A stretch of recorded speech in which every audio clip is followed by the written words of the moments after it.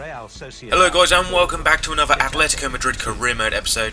Before we kick off, make sure you follow me on Twitter at @SubSweatyGamers to keep up to date with all the videos being uploaded, any news, and if you just want a quick chat, you're more than welcome to. So, as you can see here, now about to go off the screen, William Carvalho, a player that I do want to buy. He is quite high overall now. I think he's updated to a 78 in career mode. And I know he's a massive... He is like literally the Brazilian equivalent of Yaya Touré. He is massive. He is really strong. He is a defensive midfielder, but he can push up and attack. He's got some good stats on him. I have had a little look on Foothead and another site. So, you know, it's just one of the players that I think would be excellent, especially to replace Gabby, because Gabby is getting on. And also, as you're going to see throughout this episode, we're gonna have a few transfers, a bit of transfer news.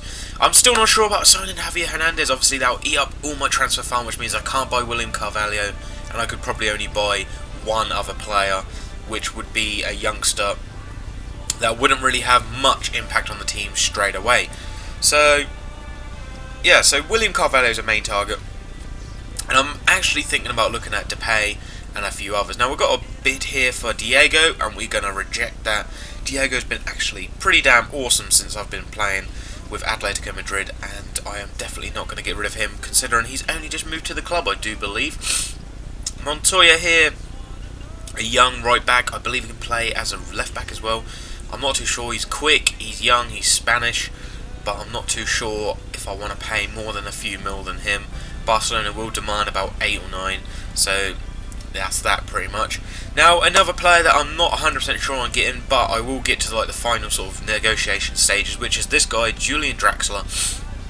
Now, I'm going to have to put a good bid in, and this is the bid which I do believe gets accepted, 10 million euros, as well as Christian Rodriguez. Now, Draxler would be a brilliant addition to the squad. However, he would eat up a lot of my budget. As you can see, I've got 21 million left now since I've sold, well, when this guy sells and the transfer goes through. But actually, no, I've only got 11 mil now, because we have accepted William Carvalho, the new signing in our squad and the latest player to sign for Atletico Madrid. So Sandro and Carvalho will be the defensive pairing in midfield. I'm looking forward to it, actually. It's going to be their first game together today, right now, and it's a home match, I do believe, against Rayo Sociedad, or Vallecano. I really can't pronunciate team names, foreign teams, oh my god. I can with some, but not all of them. Anyway, it is a home match, and look at our stadium. It looks fantastic, the atmosphere looks great. And also, after this match, we do have transfer deadline day. So, if you're wondering why this episode's a bit longer than usual, it's because I'm trying to fit in the 3 games transfer deadline day, as well as other transfers going on. Here's the team lineup for the first game of the 3 available in this episode. And as you can see, as I said, William Carvalho and Sandro are going to be my favoured pairing in defensive midfield. And also, I'm probably going to have a little mess around with formation soon. I didn't do too much of that. I don't think I've done any of that in the friendlies, in all honesty. And I thought this formation is great. It is great, it suits the players, but I'm not sure if it suits me, so I'm going to have a little fiddle around with it and see what I can come up with. Anyway, 10 minutes gone, and it's still 0-0, been quite close in the first opening 10 minutes. But we've won the ball back here, and what a through ball to Diego Costa, who's one-on-one here with this guy, cuts in, Diego Costa's got a chance, Diego Costa, and it's 1-0, and what a goal that was, what a run from Diego Costa. Cuts in with them lovely step overs, and he scores a beautiful finish shot into the side netting to put us 1-0 up. So that's a great start for us, and considering we've been playing quite poorly, in all honesty, I know we've been playing some good teams. Anyway, a late chance here in the first half, and it hits the post and goes out for a corner in the end. Diego Costa again. Can Farfan make anything happen? He crosses it in. Diego Costa's there, and it's 2-0. And it's another goal for Diego Costa on the 35th minute. Only 10 minutes left in this first half, and we are now 2-0 up thanks to Costa. And also Jefferson Farfan's been absolutely amazing. He's got a lot of pace, he's got some good strength. not amazing strength, but he's there when I need him. Farfan here though has a chance, shoots, and the keeper saves, kicks the ball out, and it goes to half time. So half time, and we do have a 2-0 lead. And as I was saying, Farfan has been great. His crossing ability has been awesome. His pace has been great. Dribbling just as good. And he's got a fair few assists already, as well as a couple of goals. And as you can see here, Farfan here out on the wing. 54th minute into the second half, into the game. Farfan with this great run, he's got through, Farfan shoots and scores, and it's 3-0, and Farfan really shows his quality, and as I was saying, how great he is. Look at the pace, the dribbling, and the finishing there, on his weak foot as well. That is pretty damn impressive. Now as you can see, we are right at the end of the game. We're just waiting for the ref to blow his full-time whistle, which could happen any moment now. And we're just waiting for it, come on. And there we go, full-time result, 3-0 to us, a good home victory, and that adds 3 points onto the table after the first league game was a draw. Unfortunate, but it does happen. It's going to be a lot more difficult than using PSG. The squad's not as strong, but hopefully we can make something of it and have a good season. Now, as I was saying earlier on, I want to look at Depay. He's very quick, and obviously, look at the age, 19 years old. If we can sign him for this cheap, that would be great. 2 mil plus Raul Garcia. We're not going to use Garcia. He's pretty damn useless. I've used him once or twice, and I do not like him. Another youngster here, 19-year-old centre-back. Very quick, very strong and tall. And also this centre attacker mid, 18 years old. And look at the value. He's got to be pretty damn awesome with some great stats. And these are players listed from you guys. 3 of them, which are pretty damn awesome. Depay's come up a few times, and these 2 youngsters have come up once or twice. You know, as I said, I am looking at all your suggestions, and now I'm just trying to find inject a bit of pace into the squad. We've got a Farfan, and that's pretty much it for pace. Rafael and Felipe Luis on the right back, left back. That's pretty much all the pace we've got in the squad, unfortunately. But as you can see here, we're going to the contract stage with Depay. The offer was accepted. Which is pretty damn awesome. And also my hay fever's come back, so I'm a bit clogged up at the moment. Hence why you're going to hear me a lot of probably sniffing and sort of clearing my throat. But anyway, we're approaching deadline day, and an update from Spain. The transfer offer is unacceptable for Correa. 4.5 mil and Aquino. Hopefully that will be accepted. And also, we are still not too sure on Draxler. The contract offer's been accepted, so if I can't sign these 2 guys and Depay, then I will probably buy Draxler. But until that happens, I will go ahead and try and sign these 3 players, boost our squad.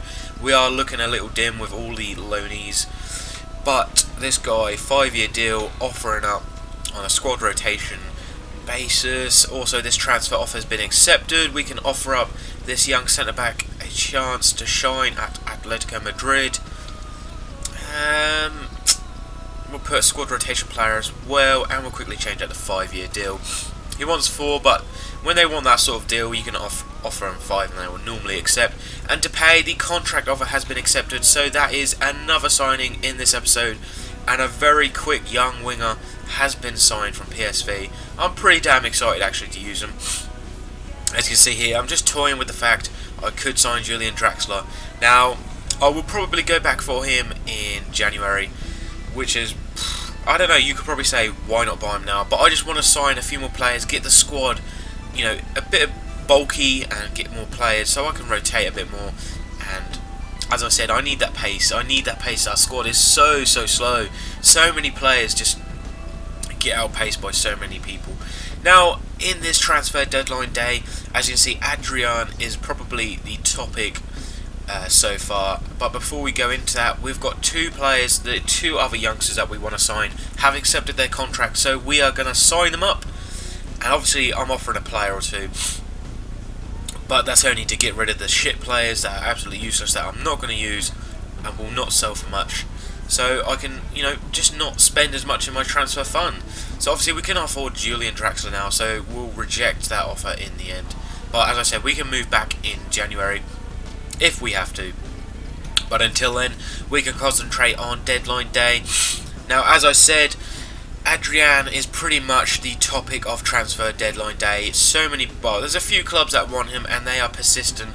Now, as you can see here, Parma They want him for 10 mil. Now I originally said 18, but I'm moving down to 16 mil. And if they accept anywhere over 14 mil, I will most probably accept. Now this youngster we're going to loan out, and we can move back to Adrian, who St Etienne won. Now I'm going to offer up 17 mil as a counter offer. If you accept that, guys, you can have him. Simple as. I'm not getting rid of. Fuck's sake, I cannot even speak today. I'm not going to get rid of Adrian and not get a good handsome sum to replace him with. And also another youngster I'm going to send out on loan. And we have 2 more offers from the same club, St Etienne and Parma. Now they've offered up exactly the same as what I've rejected. So I'm going to have to bring the price down a little bit lower. But they are fucking thick in the head if they think I'm going to sell him that cheap when he's worth up to 18 million euros. I do not think so. So 15 mil, come on, you can accept that surely. And that's pretty much it. We're not really going to sign anyone else unless Adrian sells. And I can't start looking at players really until Adrian sells, because at the end of the day I cannot afford to put a bid in until I get the money, and I cannot get the money until Adrian sells. So, you know, it's a vicious circle really. But anyway, Miranda has a transfer offer, and I will reject that with ease. He's been by far the best centre-back out of the few I have. He's 28 years old, but he is proving to be very, very good, strong and quick. Now, St Etienne are really bugging me. They're still stuck at that 8 million euro bid. And they must be stupid if they think I'm going to accept 8 million. When, as I said, he's worth an extra 10 on top. So, I have been looking at strikers because I have just been thinking, well, at the end of the day, if I can sign another young striker with the little bit of money I've got, that would be great. So here we have another offer from Stoke, 12 mil this time. So 16 million euros, sorry. And Stoke, you can have Adrian, and we can then move on to a player. Fraser Campbell, very, very good, young-ish, 25 years old. He looks fucking younger than what he is, but 25 years old, still quite young. He's got a lot of room for improvement. He's English and he's very quick as a striker. He's kind of like an English version that's not quite as good as Javier Hernandez, if you know what I mean. He's got the pace, he's got the ability, but he's nowhere near as good as Javier Hernandez. Anyway, also, I'm looking at buying Ben Teke now. He would be an awesome replacement. And as you can see here, they want 8.5 mil in Adrian, and they will accept the offer, which is kind of annoying because Stoke have accepted the 16 million counter bid. So regardless of what happens, it doesn't look like I'm going to sign any striker to replace him. And Adrian has sold. Kind of unfortunate, but I do not have any time to sign a player, which is kind of stupid. So David Villa is injured, so at the moment we have Diego Costa. However, that Correa guy, the young, I think he's Argentinian player, I think he can play as a cam or a striker, which is pretty damn awesome. So we do have a player in mind, and we also have that young striker, which we can use. Anyway, we're going to move on to the second game of the 3. And straight after this, we're going to have the third, and then that will be the last game of this episode. So it is an away match to Real Sociedad, and they do have a fair few good players with Carlos Vela and Antonio Griezmann. And I'm not too sure what other star players they've got. They've got a couple of players that would be excellent in a squad like mine. However, I'm not sure if they've got any other players that are worthy of mentioning. So it's going to be a tough game. And also, you know, we've had a win, so we've got a bit of momentum to carry over. We've had a draw, we've had a win. Hopefully we can have another win here. And then after this game, we do have our first Champions League game in the group stage, which is going to be pretty exciting. Obviously, we have quite a good group to be in, but anything goes in the Champions League. So here's our team lineup for this game. As you can see, Depay starts his first for the club, Carvalho his second game for Atletico Madrid, and Rafael as a right back. He's been absolutely excellent. Clearly, my choice to sign him over Richards and a few others has been pretty damn awesome. But anyway, we are through one-on-one straight into the game. Diego Costa shoots and the keeper saves, and that is a great chance early on from Diego Costa, which we can take a corner and hopefully gain a goal early on. We've got a chance, keeper saves, rebound, and nothing comes from that. And we can move forward into the game. 12 minutes gone, and as you can see, it's still 0-0, but we've been pressing very high, giving them no time to move. As you can see, Diego Costa puts Farfan through. Farfan with a chance. Oh, what a volley. And Farfan puts us 1-0 up in the game. And what a start. And Farfan proves his worth yet again with another goal. Diego Costa setting him up this time. Normally it's been the other way around. Farfan setting up Diego Costa. But look at this for a half volley. First time as well. Absolutely fantastic play from Farfan. So 35 minutes gone into the game, and it's still 1-0. Sandro here with a chance, first time shot, and it's gone over right on the 36th minute. And that chance was a good one as well. We could have at least got on target, and that would have troubled the keeper. Anyway guys, half time, and it is still 1-0 to us. Real Sociedad have been coming back into the game. They've been pretty strong. Other than the goal, we haven't had too many chances, and Sociedad haven't really had any clear-cut chances. We've had most of the possession, but they are playing very, very well against us, which is kind of annoying, because knowing them, they're going to get one chance and take it, and that's going to be a freaking annoying moment. As you see, a shot there saved by Courtois, and as you can see, a late chance here. Courtois saves. Come on, don't! Oh my God, you bastards! Oh my God, they've equalised and scored in the 90th minute. And as I was saying, they've not been playing well, they haven't had many chances, and what do? They go and score in the 90th minute, and surely that means it's a draw. The shot saved by Courtois, and he puts it straight into the path of another Sociedad player. Where's our defenders gone? I have no idea. It's so frustrating when that happens, and as you see here, full-time whistle, and it ends as a draw. It's a disappointment, but we're going to have to deal with it. It's not a loss, so we've got plenty more games to come back and win. So let's concentrate on the next and the final game of this episode, guys. Episode 4 already, it's coming on quite well. The support and the feedback from you guys has been pretty damn awesome. Keep it up.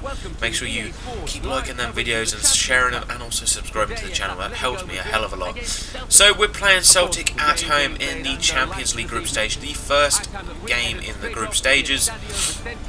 I'm pretty sure we've got a chance of winning, and this is quite a tough group. Juventus, Celtic, and then we've got an easy team with, is it Pacos Ferreira? I'm not too sure. That sounds like a Portuguese team. I nearly said Portuguese. Portuguese. Oh, you're a Portuguese team. Anyway, moving forward, here's our team lineup for the game.